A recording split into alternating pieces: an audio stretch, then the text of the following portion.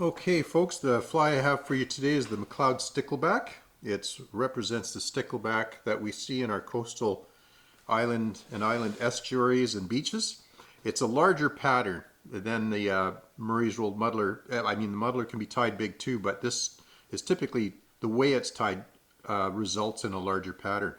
I've got a number 10 TMCO streamer hook in here. It's 3x long with the straight eye as streamer hooks are built. And I'm coming in with 70 denier gray tying thread. On the island, I've noticed that our stickleback tend to be more muted in color. Everything tends toward the gray and the white versus the darker colors I've seen of this pattern. So whereas you'll see the Mcleod stickleback tied with a dyed olive grizzly hackle, I'm going to go with a undyed, straight, and all the other colors are equally muted. Tending down toward gray and white. And so I'm going to come in here first of all with some small silver wire, UTC wire in small, and that's going to provide the rib that will hold down the Matuka wing or body that we're putting on here. The hackle that will be tied Matuka style. If you haven't come across that before, it's quite a popular style for streamers. Of tying in the feathers. To go with our muted colors, I'm using white straggle string, and this is in the small, I believe it is, straggle string. It's not the micro, and this provides the glitter, the light body, and can replicate, I find the straggles can replicate the fins of the moving fish or even the stickles that stick up from their back. So quite useful in representing a number of features of the stickleback, a live bait fish. I'll bring that thread up to about an eye's length behind the eye and about there. I'm going to wind that straggle string forward and just entirely cover the body in touching turns here. And you'll see how the straggles stick out. They provide sparkle, glitter, shine. They can represent scales. A lot of different things that it represents on a bait fish. So I really like this material for the representation of this streamer. And we'll get that right up to the thread.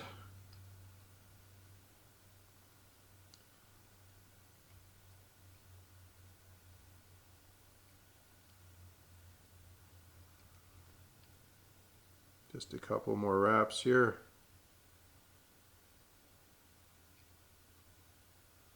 There we go. And we'll get that secured in there and the tag end cut off. Now our next material to come in is our saddle hackle. I want to make sure that thread's in the right place for tying in our saddle hackle. So I'm going with grizzly saddle hackle in undyed plain to match our island stickleback, and I'm going to select two feathers that are matching in length and width, at least as close as I can gather them to be. And select those two out, and there we have them. Two feathers very similar in length and width, and I'm going to place them concave to concave like that on each side of the hook. So the concave side toward the hook, lying alongside it like that. Okay, and what I'm going to do then now first is strip off the lower half of the feathers that is going to cover the shank of the hook, and I want the full part of the feather that I leave toward the tail to be about equal with the shank of the hook, or maybe even just a little bit less. So I'm placing that up there to eyeball the distance that I want it, and I want that one to be, that's a little bit longer than the shank of the hook, so I'm going to take off just a few more fibers. That's that full body part of the feather there is now about equal to the shank of the hook. So that's this side. I've got to prepare the other side now in the same way. Okay, so I get it there, estimating the length of the fibers I want to take off, and seeing that I've got it still a little bit too long, rather do that first one a little too long because you can always take off more. And there we've got about the shank of the hook length. So I'm going to now lie the bare part, the bottom bare part, along there so that the full part starts at the end of the straggle string, at the end of the body, right there. So I'm going to tie that in up here, cut a couple of wraps of the thread here to tie it in along that side of the hook, and I can always now pull it into position if it's too long and get that tag end cut off. And I'm going to do the same on this side. Match it up with the first one there. Couple of loose wraps to get it in place. See if I got the length right. Looks good. I don't need to adjust it, I don't think, at all. Another wrap or two, cut off the tag end. I like to get about 4 wraps or 5 wraps in before I cut off the tag end. And that's because the tag end of the feather is stiffer than the body and the tip end. And if you only put 1 wrap or 2 and then try to cut it, you tend to alter the orientation of the whole feather because of the stiffness of the butt. So there you go. Now I've got that tied in there. Now what I'm going to do, and I'll speed the main body of this up, is I'm going to use the silver wire I previously tied in as the rib to tie down the Matuka feather. So I'll do the first wrap for you here at regular speed, and I'm pulling all the fibers feather on those two feathers, all the fibers forward, so as not to trap them. And I'll grab my wire, come in there, and then cinch it down. Now I've got that feather cinched down. Now I've got to spiral forward, obviously, to capture the whole feather to come forward on the hook. That means I'm going to have to continually pull fibers forward to not trap them so I can do the next wrap, and I'm going to do this now at speed for you.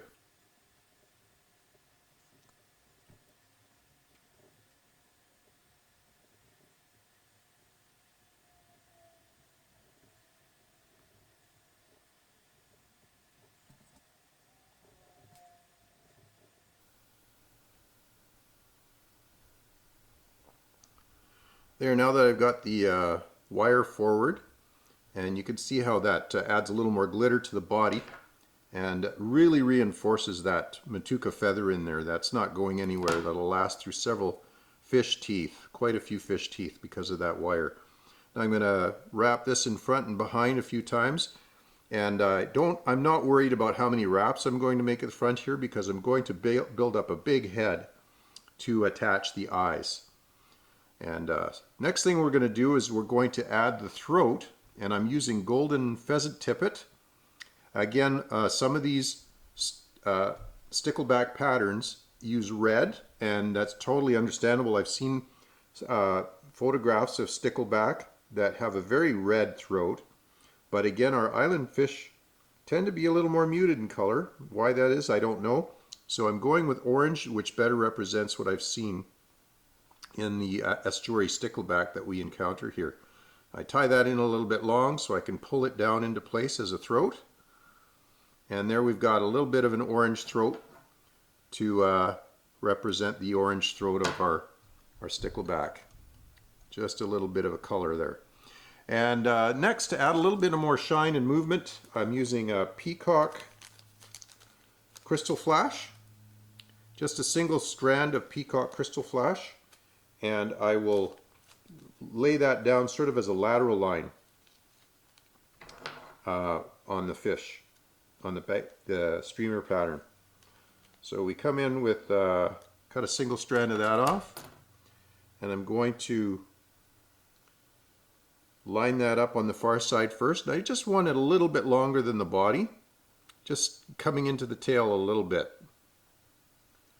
And we'll lay that down there on this side, on the far side, and now after a couple wraps do this side, and I try to pull it into place without stretching it.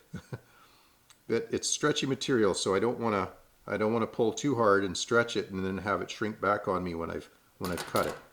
So there I've got 2 pieces of crystal flash, one on each side, just a little longer than the body, and that provides a bit that hint of that hue of green It's in the peacock. And then I'm going to finish off with a topping of mallard flank in olive.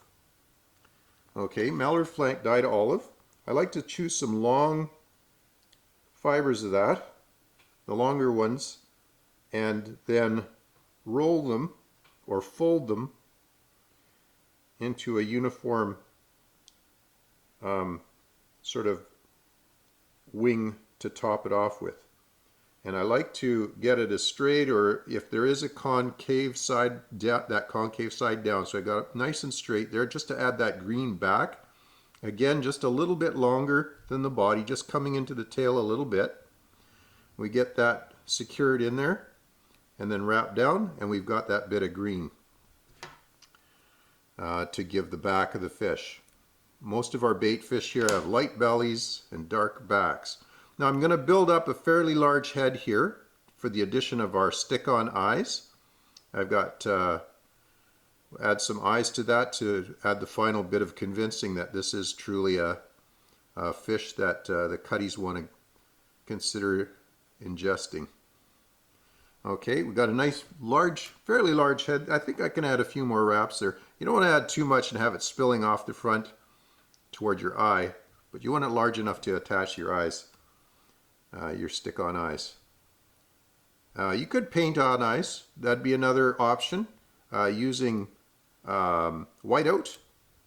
You could paint circles of whiteout on either side and with a black dot in the center. That would work quite well. But I'm going to go with 2mm stick-on eyes, one on each side of the hook, and I'm going to do this at speed as well. I start with a drop of super glue on each side, one side at a time obviously, put the eye on there, do the other side, and then I'll finish off with some epoxy.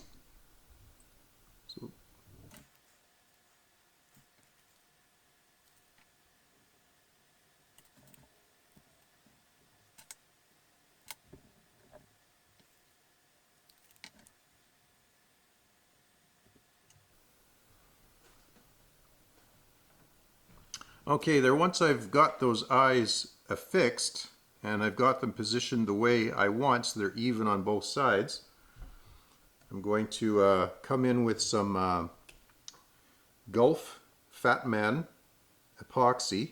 I want a fairly viscous, thick epoxy to come in here to build a bit of a head, and this will help also secure those eyes in place. The super glue is just meant for a temporary hold.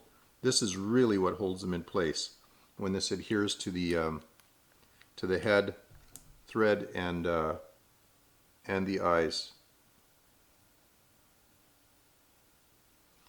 And we're going to zap that really good. You may have to clear the eye of the hook after this, but that's a small task, and the epoxy provides you a really durable fly that's going to hold up under your casting and retrieving, and then under several fish's fights. So you really want to go with a tough head. Now some people have done this with dumbbell eyes or even bead chain, and that's another good way to go. You can paint the bead chain again with white out and maybe black permanent marker for eyes, and I've done that route as well. I had these eyes in stock, so I thought I might as well use them. And so I'm going to give another drop of that Gulf Fat Man epoxy to the bottom to finish off the full size of the head and the adherence of those eyes to the head of the hook. So there you have the island version of the stickleback, the Mcleod stickleback. And this is a sturdy fly. Again, like you notice, the color's all a little muted, but it's exactly a good representation, I think, of the stickleback that I've encountered in the coastal island estuaries and beaches. Great pattern when you're encountering larger stickleback, and works as a wonderful streamer. If you enjoyed that fly, please consider subscribing to my channel, and I hope to see you on the water. Thanks for watching. Bye for now.